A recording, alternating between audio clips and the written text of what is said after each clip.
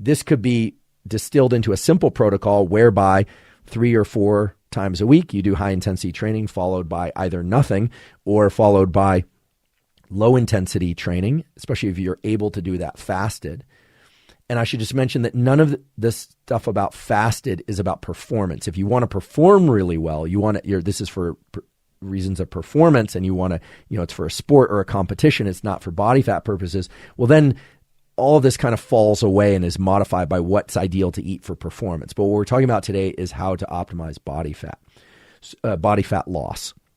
So train moderately to intensely, to very high intensity, and then moderate to low intensity, or train moderate to high intensity and then go about life. And in fact, I have a friend who uses this strategy. He likes the train intensely and not that often protocol because he's a very busy person. So he'll train for 20 or 30 minutes intensely with weights or just body weight movement, doing he does burpees and push-ups and sit-ups and pull-ups and just kind of moving in kind of circuit type training, but where he's breathing really hard. The goal, he always says, is I want to breathe hard for 30 minutes every day. And then afterwards he hydrates and drinks coffee and moves into his day. And he's walking around and taking calls and carrying around his children and doing all these kinds of things that keep him really busy. It's kind of like low intensity work. So I think you get the principle now, but you should all be asking yourselves, as scientists of yourselves, why would it be that certain patterns of exercise would lead to more or less fat loss? I mean, it can't just be about the energy burned. We already established that. And again, it has to do with the neurons. It has to do with how we engage the nervous system.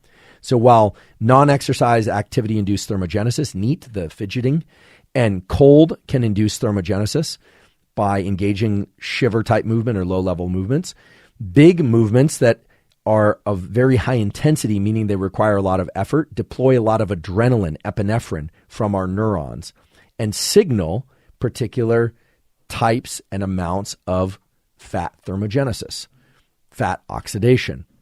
Whereas low-level intensity exercise, low or moderate intensity exercise, walking, running, biking, where you can do that easily, there's not very much adrenaline release.